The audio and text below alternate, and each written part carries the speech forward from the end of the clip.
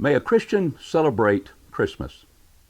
One might say, why would you even hesitate to celebrate Christmas as a Christian? This is why I established the thought of New Testament Christian. For in the New Testament, where do you find that God, Jesus, or the apostles ever established the celebration of Christmas? You never find it. If Christmas is established on the basis of the New Testament, why will we ever believe that December the 25th is Jesus' birthday? Because the Bible never reveals such. If the New Testament is the basis for celebrating Christmas, why would you think that the season for Jesus' birth would be in the winter? For in Luke 2 and verse 8, we find that the watchful shepherds were in the field abiding with their sheep at night when Jesus was born. If the New Testament is the basis for celebrating Christmas, why would you think that 3 wise men came to the manger to honor Jesus with gifts? For the Bible teaches us in Matthew 2 and verse 11 that wise men came not to the manger, but to the house where the child, not baby Jesus, was. And so we begin to see that the New Testament is not the basis for the celebration of Christmas at all. History indicates that the religious but apostate church in the 4th and 5th centuries, they were the ones that instituted Christmas.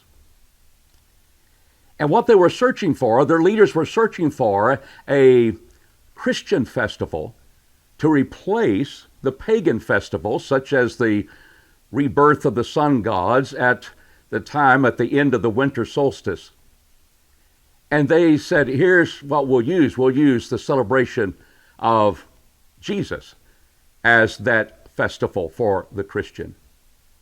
And so the winter months of December 25th were established, and we read in history that in the times of Constantine in AD 325 is the first mention of observing December 25th as Jesus' birthday.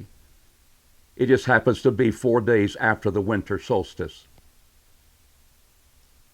So when we observe that man has instituted this holiday, I think it's appropriate to hear the warnings of Jesus in Matthew 15 and verse 9. When he says, "In vain do they worship me, teaching as their doctrines the precepts of men." What we see in the celebration of Christmas is a precept of men. The Pharisees and the scribes in Jesus' day were not honoring their mother and father because they had dedicated their resources to God. Jesus says you make void the word of God by your traditions. They were not honoring God. They were making void his word. So how do we, in celebrating Christmas, honor God when he never in his word established such a practice? What Jesus is teaching us is that we worship him in vain when we teach as our doctrines the precepts of men. And Christmas is totally established. That celebration of Christmas is totally established by the teachings of men, not of God.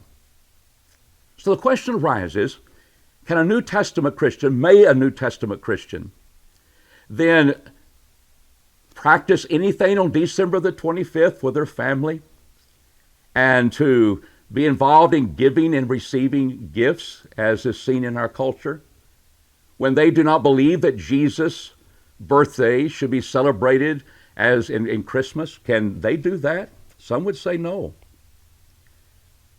And one of the reasons they say no is that if anything is practiced religiously in our society, then we cannot practice it secularly.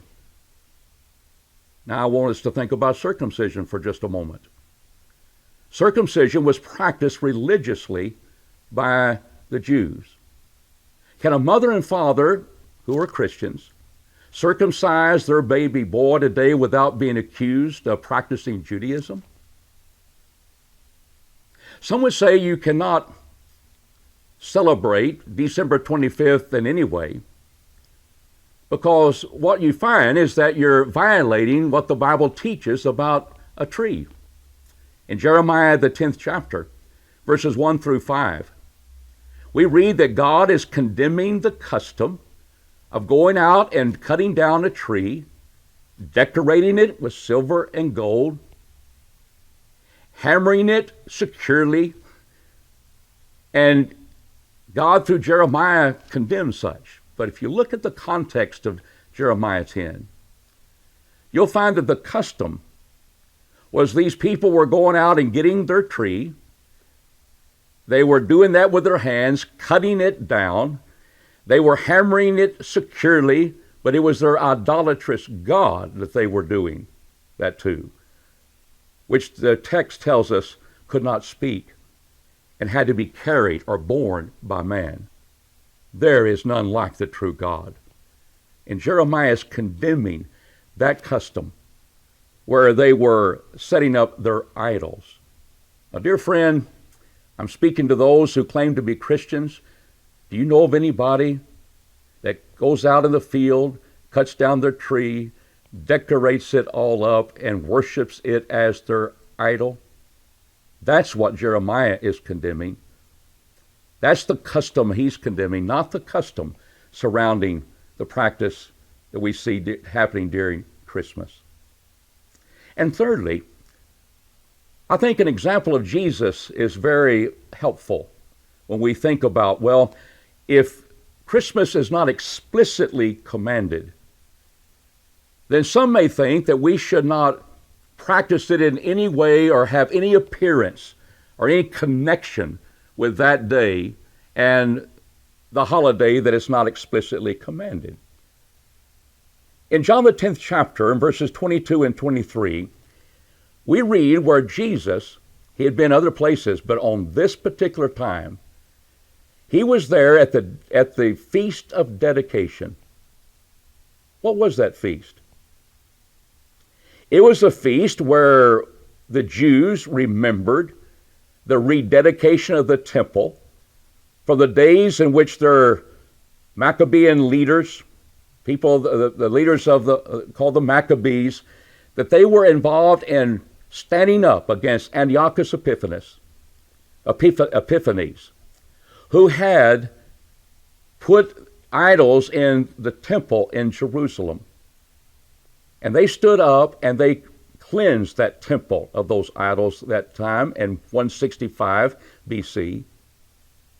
And from that time on, there was the remembrance of that time as a feast in the days of the Jews. We know that feast today as Hanukkah. It was at wintertime. It very well may have been December the 25th. But did Jesus stay away from the temple during that feast? The Bible tells us that he was walking in the temple. It was winter, and he was walking in the porticos. It's called the Porch of Solomon. That was on the east side of that temple. He was not abstaining from having any connection with the temple, and yet that feast is never explicitly authorized by God. But what Jesus did, he took that opportunity to teach them, teach the Jews that had gathered in Jerusalem for that feast, the truth about his deity. Why do I think this is helpful? It's because sometimes we need to understand that something may be not explicitly commanded, but that does not mean that we ought to abstain from any appearance connected with that practice. And I think that is true about this celebration of December the 25th. Can a New Testament Christian gather his family, his friends, give gifts to one another, and enjoy that company of their friends at this time of year, and still be right with God as a New Testament Christian? What does the Bible teach about giving and receiving? What does it teach about our responsibility to our families? I know we live in prosperous times in our country, in the time of our world, But I've known people who save the end of the year to buy their family garments, clothes, shoes, housing utensils, things that are needed for by their family. Can they practice such and fulfill what is authorized in 1 Timothy 5 and verse 8 in providing for their family this time of year? In our culture, businesses make their biggest profit. They sell the most at this time of year. Can we buy gifts for our family and share them with one another during this time? Or is it December the 25th, the only time of the year that you cannot do so? Remember, Jesus didn't stay away from the temple when that feast was not explicitly commanded by God. And he was not practicing something that it was sinful. I think we can do so as well during this time of the year. And when we think about giving, we think about God has told us that we're to be a cheerful giver in 2 Corinthians 9 and verse 7. We can do so believing in our heart and agreeing with Jesus it's more blessed to give than receive in Acts 20 and verse 35. Can we do that without being seen as we're practicing the celebration of Christmas as religiously as Jesus' holiday? Can we, as New Testament Christians, set aside a time to fast that is authorized and that is indeed regulated by Matthew 5, and do so without being accused of celebrating the Catholic festival of Lent? I believe we can. So what does a New Testament Christian do in our time? Oh, the battle is on with Christians and people in the secular world ignoring Jesus' birthday. They want to keep Jesus in Christmas. And here we are as New Testament Christians realizing that Jesus was never put in Christmas in the first place by God. Nowhere does God in His Word ever place Him there. We know that's the teaching of men. Thank you for your time.